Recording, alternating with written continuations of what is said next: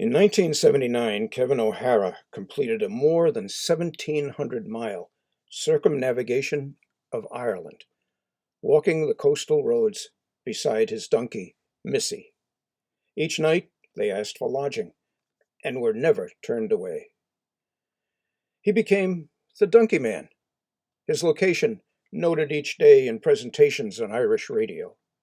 Schoolchildren left class to watch them pass. In Derry, Northern Ireland, more than halfway through their quest, Kevin and Missy were briefly ambushed, as he likes to say, by a BBC television reporter and cameraman. Kevin recorded all his adventures in the book Last of the Donkey Pilgrims.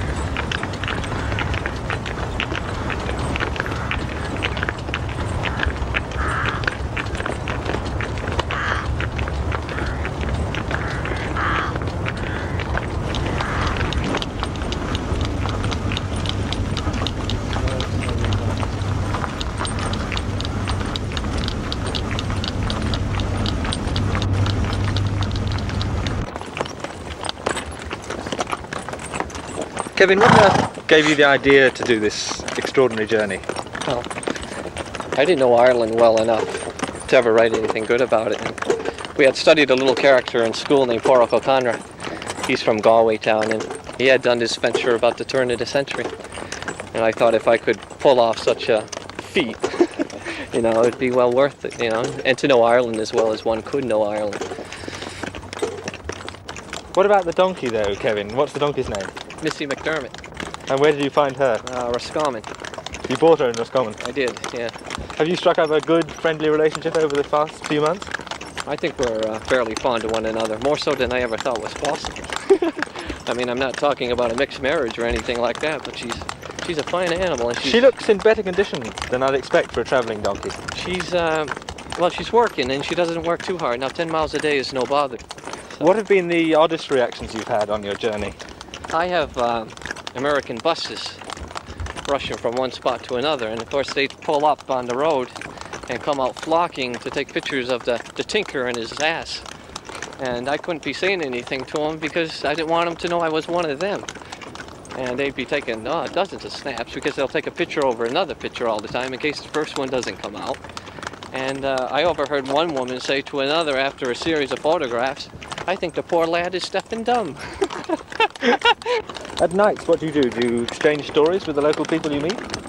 Usually. Now, you'd have to be saying something over a cup of tea and a corned beef sandwich. It seems as though, that's your bill of fare, So you tell them the story or two, and if you catch the audience early on, well, you'll be eating there in the morning as well, So it's a clever thing. How have you sort of measured up friendliness? Has it varied as you go around the country? Oh, there's differences, all right. I judge it by food intake at tables, which is most important. And where comes that on top on that basis? Well, Clare held it for a long time. Clare held it for about 9-10 counties, and County Antrim has taken it though. Antrim? Yeah, I had in the last 11 nights now. I had both tea and breakfast and packed lunches as I left, and they don't know me from Adam. All given to you by the farmers? Exactly. Well, thanks a lot for talking to me, Kevin, and the best of luck for the rest of the journey. I hope it stays dry for you. Well, thank you too.